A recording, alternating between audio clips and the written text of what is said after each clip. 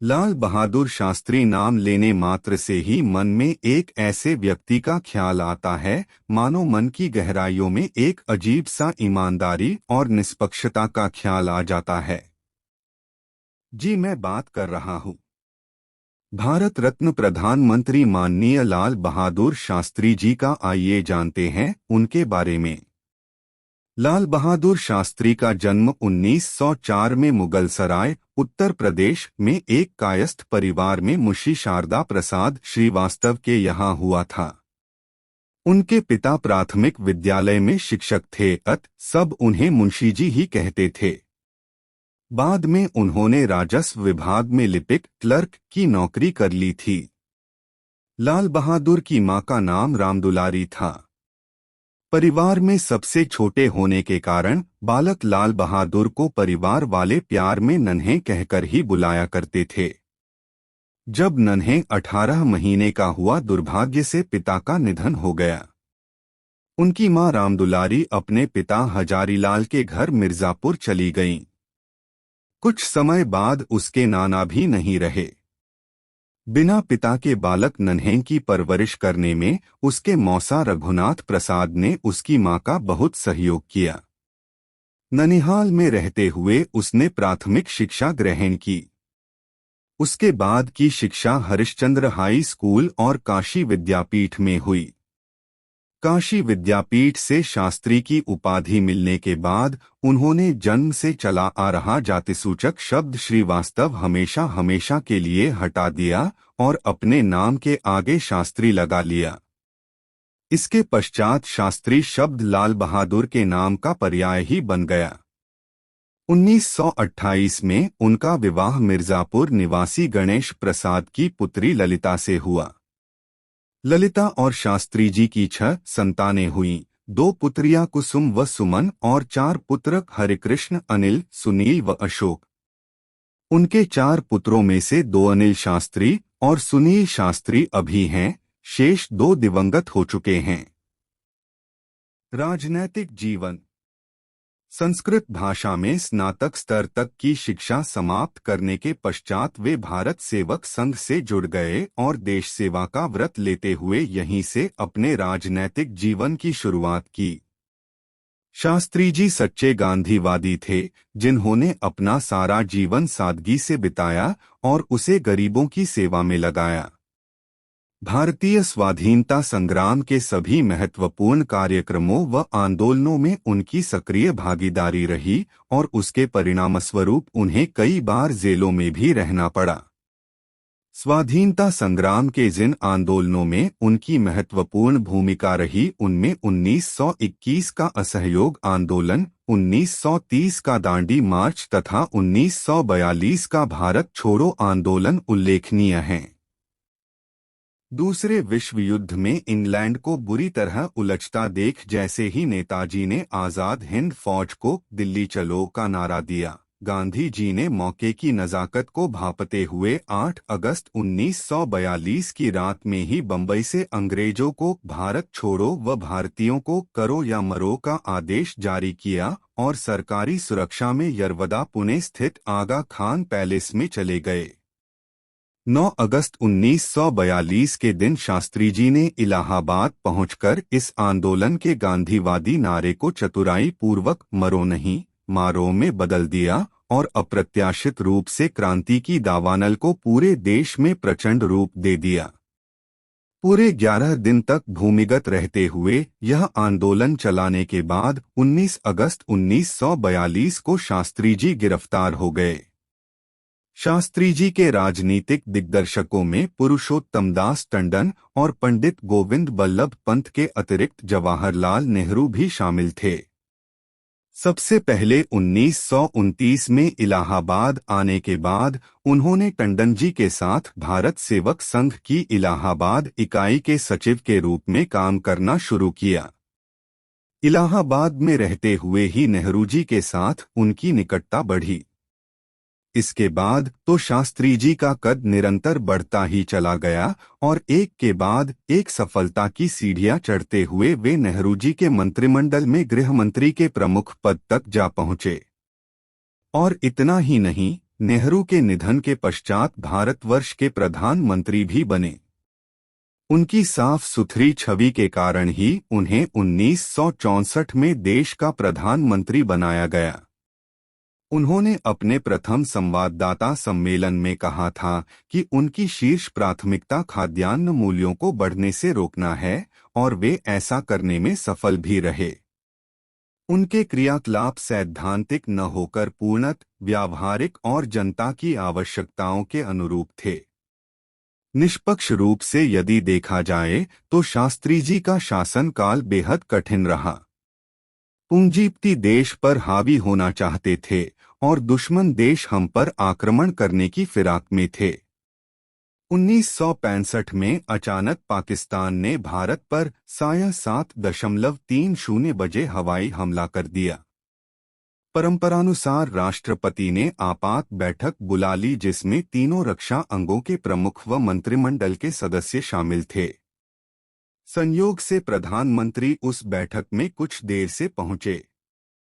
उनके आते ही विचार विमर्श प्रारंभ हुआ। तीनों प्रमुखों ने उनसे सारी वस्तुस्थिति समझाते हुए पूछा, सर, क्या हुक्म है? शास्त्री जी ने एक वाक्य में तत्काल उत्तर दिया, आप देश की रक्षा कीजिए और मुझे बताइए कि हमें क्या करना है। शास्त्री जी ने इस युद्ध में नेहरू के मुकाबले राष्ट्र को उत्तम नेतृत्व प्रदान किया और जय जवान जय किसान का नारा दिया।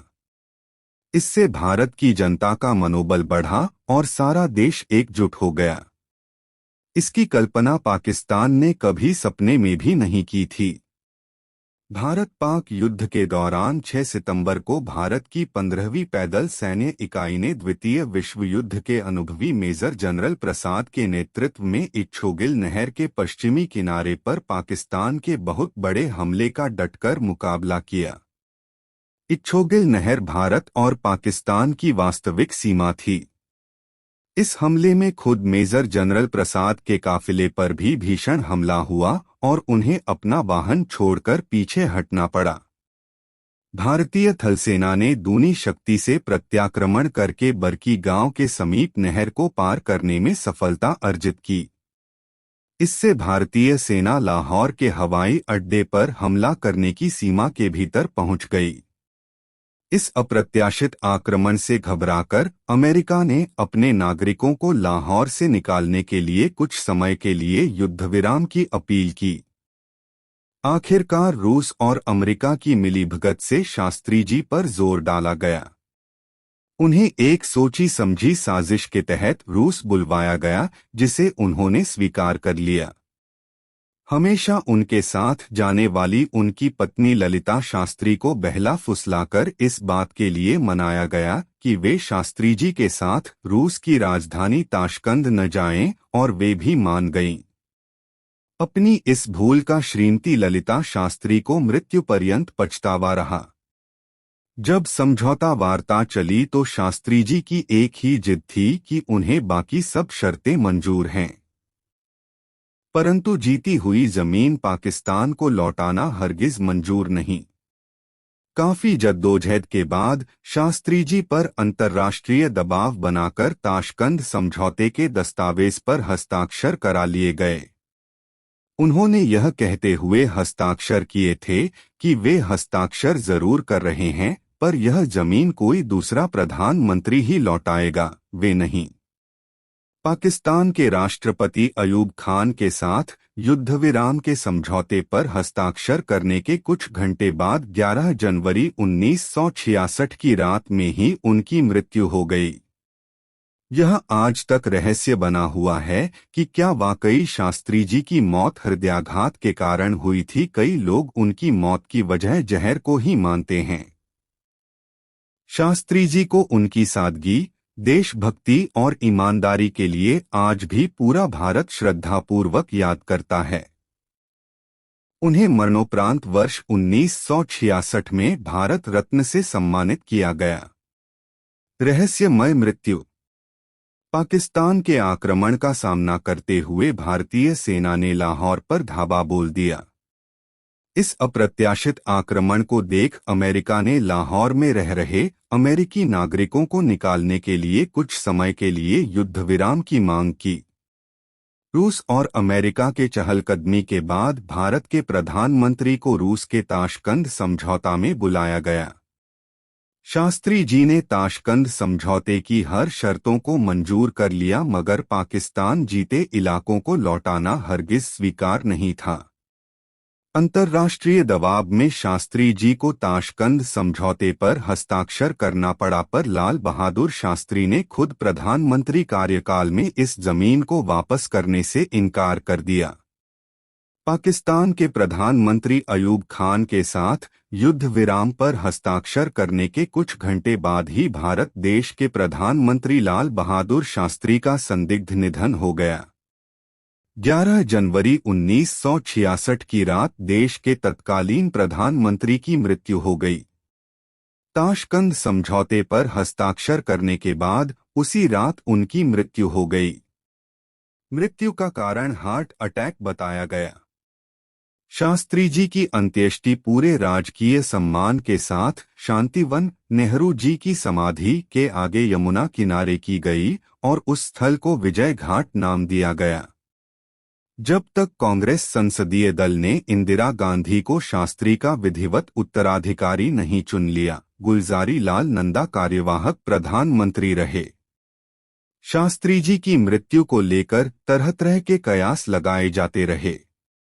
बहुतेरे लोगों का, जिनमें उनके परिवार के लोग भी शामिल हैं, मानते हैं कि शास्त्री जी की मृत्यु हार्ट अटैक से नहीं बल्कि जहर देने से ही हुई।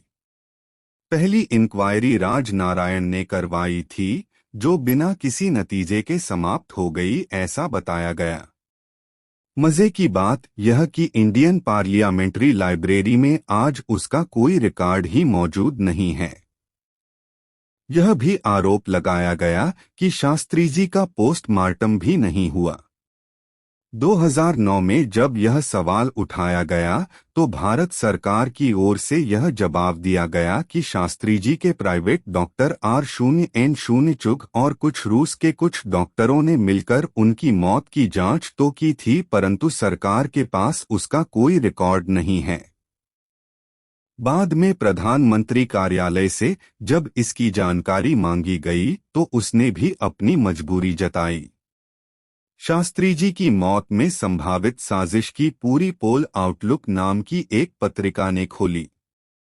2009 में जब साउथ एशिया पर CIA की नज़र, अंग्रेजी सियास आई ऑन साउथ एशिया नामक पुस्तक के लेखक अनुज धर ने सूचना के अधिकार के तहत मांगी गई जानकारी पर प्रधानमंत्री कार्यालय की ओर से यह कहना कि शास्त्री जी की मृत्यु के दस्तावेज सार्वजनिक करने से हमारे देश के अंतर्राष्ट्रीय संबंध खराब हो सकते हैं तथा इस रहस्य पर से पर्दा उठते ही देश में उथल पुथल मचने के अलावा संसदीय विशेषाधिकारों को ठेस भी पहुंच सकती है। ये तमाम कारण हैं जिससे इस सवाल का जवाब नहीं दिया जा सकता। सबसे पहले सन 1978 में प्रकाशित एक हिंदी पुस्तक ललिता के आंसू में शास्त्री जी की मृत्यु की करुण कथा को स्वाभाविक ढंग से उनकी धर्मपत्नी ललिता शास्त्री के माध्यम से कहलवाया गया था। उस समय सन 1978 में ललिता जी जीवित थीं। यही नहीं, कुछ समय पूर्व प्रकाशित एक अन्य अंग्रेजी पुस्तक में लेखक पत्रकार कुलदीप नैयर ने भी, जो उस समय ताशकंद में शास्त्री जी के साथ गए थे, इस घटना चक्र पर विस्तार से प्रकाश डाला है।